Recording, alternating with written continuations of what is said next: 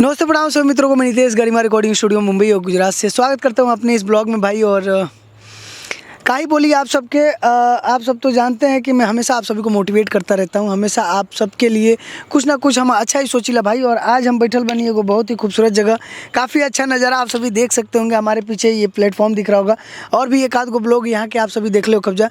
बहुत सारा ऐसा गायक कलाकार भाई बने जिनकर फ़ोन हमरा के हमेशा आवत रहा भैया कि देखिए चैनल के नाम पर मेरे से पैसे ले लिए गए भैया, चैनल हमारा प्रोवाइड नहीं करके दिया गया भैया, चैनल हमारा CMS करके नहीं दिया गया भैया, और चैनल से मुझे कोई पैसे नहीं आ रहे हैं, चैनल पे मेरा सब्सक्राइब नहीं बढ़ रहा है, चैनल पे मेरे व्यू नहीं आ रहे हैं, चैनल से मुझे पैसा नहीं आ रहा है।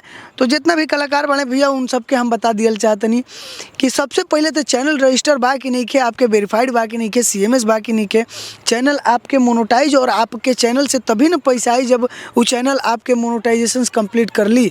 बहुत सारा ऐसा सिंगर भाई बने जो दूसरे जगह वो 10-10 हज़ार रुपये दे करके चैनल क्रिएट करवावे, 10-10 हज़ार रुपये बहुत सारा लोग उनसे ले करके, और चैनल पे बिल्कुल ध्यान नहीं देता है, ना ही उनके चैनल पे कोई भी चीज़ें, ना टैगिंग, ना टाइटल, ना डिस्क्रिप्शन, ना थंबनेल, ना पोस्टर, ना कुछ नहीं, जो कि पैसा वो लोग ले लेते हैं। हम आपके बता दी भैया कि सरगम डिजिटल मीडिया से बहुत सारा चैनल हमारा अंडर में जुड़ल बा और बहुत सारा ऐसा भाई बने जो अभी अर्निंग करते हैं। आप सब भी जुड़ी हमरा से और आप सबके भी चैनल मोनेटाइजेशन करवा के देव, आप सबके पैसा कमा के देव भैया। कोई उनमें दिक्कत वाली बात नहीं है।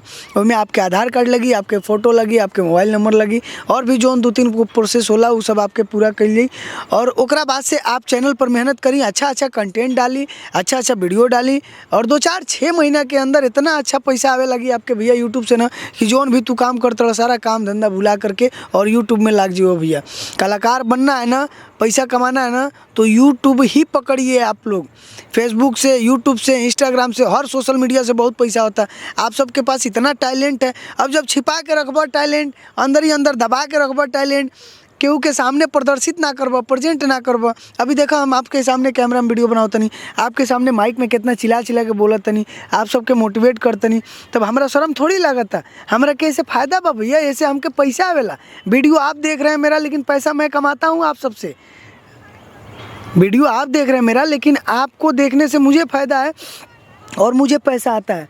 तो जौन भी भाई के अभी तक यूट्यूब चैनल नहीं के, और जितने भाई का अभी यूट्यूब चैनल नहीं है, जितना भी सिंगर भाई के अभी तक अपन पर्सनल ऑफिशियल चैनल नहीं के, तो आप सब हमसे ज़रूर जुड़िए। मोबाइल नंबर दियल गई बा भैया, वीडियो में देखा चला था राइट में, और नीचे भी डिस्क्रिप्शन में भी हमारा नंबर बा।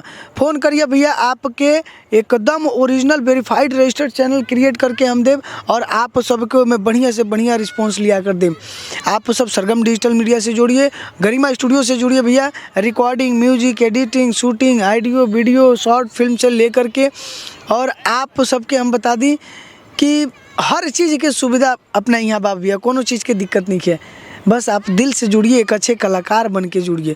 बहुत सारा ऐसा भाई बड़े रातों रात स्टार बनल चाहते हैं। अब एक बात बताइए आप ही, एक रात में कोई स्टार बन पाएगा भैया? हाँ, जिनकर बहुत ज़्यादा किस्मत हुई है, जो बहुत ज़्यादा टैलेंटेड हुई ना, वह रातों रात स्टार बन सकेला भैया।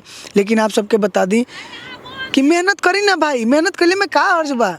जब 12 घंटा के ड्यूटी आप 2 साल, 3 साल, 4 साल से करतनी, और आपके ज़िंदगी भर सोचले बनी हुए करे के बा, तो जब ओकरा मेहनत के लिए में आपके तकलीफ नहीं के हो, तो यूट्यूब पर 1 घंटा मेहनत के लिए में का दिक्कत बा? हम जोन कहता नहीं है कैले में का दिक्कत बा? इतना कम उम्र है मेरा भाई, इतना कम उम्र है, इतने कम उम्र में हमारे यहाँ सारा चीज़ प्रोवाइड बा भैया। और आप सबके आशीर्वाद से अभी गरिमा के 3-3 गो ब्रांच ओपन हो गई बा भैया।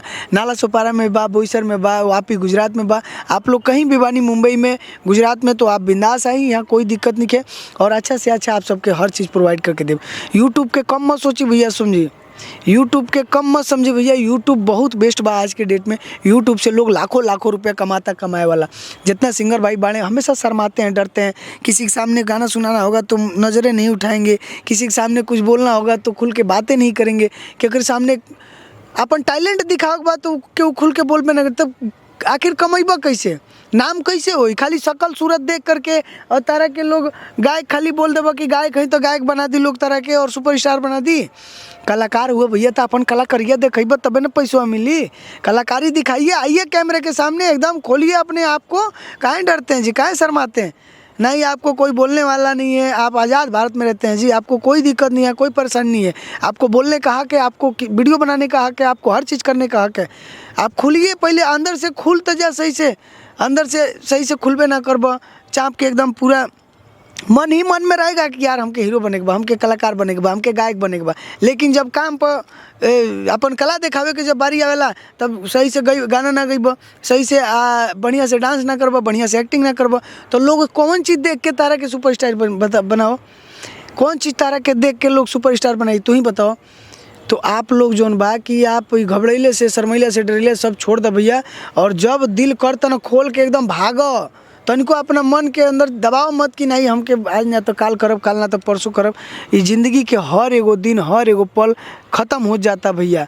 जौन समय पर कर लेबा ना उहे तारा काम आई, बाकी समय के बाद कैले कोनो मतलब नहीं है। तो आप लोग मोटिवेट हो जाइए मेरे भाई। और जितना भी गायक कलाकार बने, जितना भी सिंगर भाई सिंगर बनना चाहते हैं, तो मन के अपना जातस मत और मन के बांध के मत रखा भैया। बिंदास आओ स्टूडियो पर, आपके गाना गवा लीजिए, कोई दिक्कत नहीं है और इशू नहीं है। चैनल बनवा लीजिए आप लोग यूट्यूब का चैनल फटाफट बनवाइए, बहुत आगे जाने वाला है यूट्यूब। बाप रे बाप, अभी सब ऑनलाइन हो गई बा, दुनिया में सारा चीज़ ऑनलाइन हो गया है। ऑनलाइन पैसा कमाइए आप लोग, 12-12 घंटा का ड्यूटी भूल जाइए, मत काम करिए आप लोग। 6 महीना अपने आप को सिर्फ यूट्यूब में लगा दीजिए यार। हम चैनल प्रोवाइड करा के देते हैं तारा के, ओरिजिनल चैनल, रजिस्टर्ड चैनल, पूरा इंस्टाग्राम, फेसबुक पर, CMS पर, हर जगह आपके गाना आएगा, कोई दिक्कत नहीं है। हर जगह प्रोवाइड करके दे, जियो साउंड पे, स्टोफी पे, गाना.com पे, फेसबुक पे, इंस्टाग्राम पे, कंटेंट मैनेजमेंट सिस्टम के डैशबोर्ड दे दे आपके, कोई टेंशन नहीं है।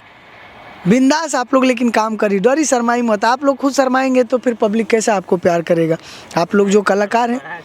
मजा आ रहा है। चलिए ठीक है, बहुत लंबा ब्लॉग हो जाला भैया, हमार का करबो, हम आप सबके बताते थक जानी, लेकिन आप लोग नहीं सुनते हैं। ठीक है, लेकिन एक ना एक दिन ज़रूर आप सबको ये मेरी बातें ध्यान में आएगी कि यार नितेश भैया सही बोल रहे थे। अगर आज मैं भी ये कर लिया होता तो 1 साल मेरा बर्बाद न जाता। आज अगर तू यूट्यूब चैनल बनीबा ना भैया तो 2-4-6 महीना के अंदर तक के उसे पैसा आवल चालू हो जाए। हम गारंटी देते नहीं भैया, अगर ना आई तो तू जितना चैनल प्रोवाइड देबो उससे 2 गुना ज़्यादा हम पैसा तो के रिटर्न कर देम, ओकर टेंशन मत लिया भैया। लेकिन हम तो के जोन कहते नहीं, आज जोन भी देखता नितेश के ना सब यूट्यूब के वजह से बा भैया, सब यूट्यूब के वजह से। आज जितना भी आप लोग घर परचेस करवले बनी, 2-3 गो स्टूडियो दे देनी, जहाँ 4 व्हीलर बुक हो गई राउर भाई के, तो आप सब यूट्यूब के बदौलत होता, आप सबके आशीर्वाद के बदौलत होता भैया। सच में बताओ तो नहीं, आप लोग हमारा साथे जुड़ी, जितना भी आप सबके हेल्प हुई, सपोर्ट हुई, विश्वास के प्रति काम करें, कोनो आपको झिझक के लिए जरूरत नहीं है। बिल्कुल भी निश्चिंत होकर आप लोग जुड़िए और एकदम दिल से जैसे कहते हो वैसे काम करो लो भैया, अच्छा खासा अर्निंग दिलवाए। चल मिल जाए अगली नई वीडियो के साथ।